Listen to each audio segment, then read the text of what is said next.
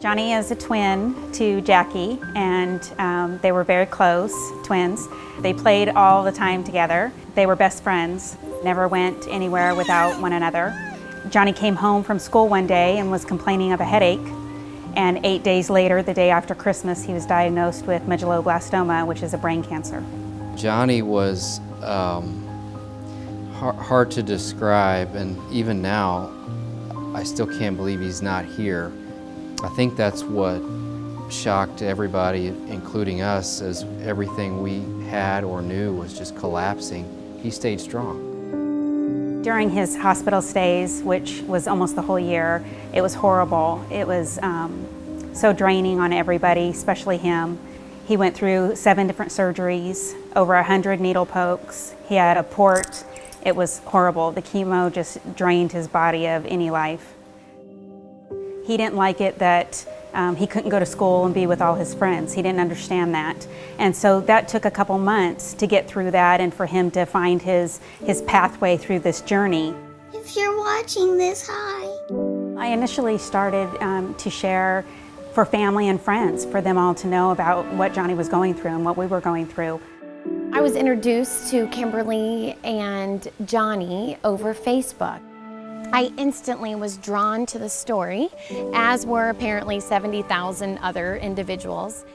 Kimberly's story that she shared through Facebook was an important one. It gave awareness to a cause and a situation that most of us can't fathom. It was a year-long process where she was posting about Jonny and his treatments and how he suffered through cancer for that full year.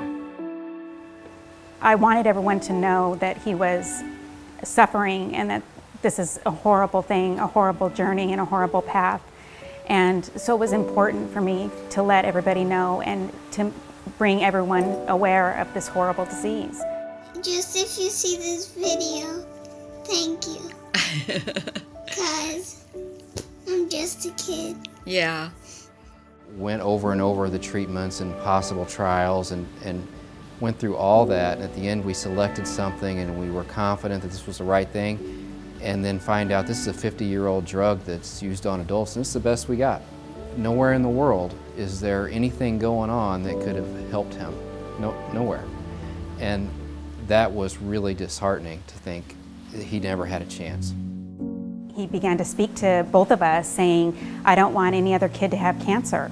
And he repeated that over and over again. 2 months before he passed away, we talked to him about having a foundation, and he wanted more research done so that no other kid had to have cancer.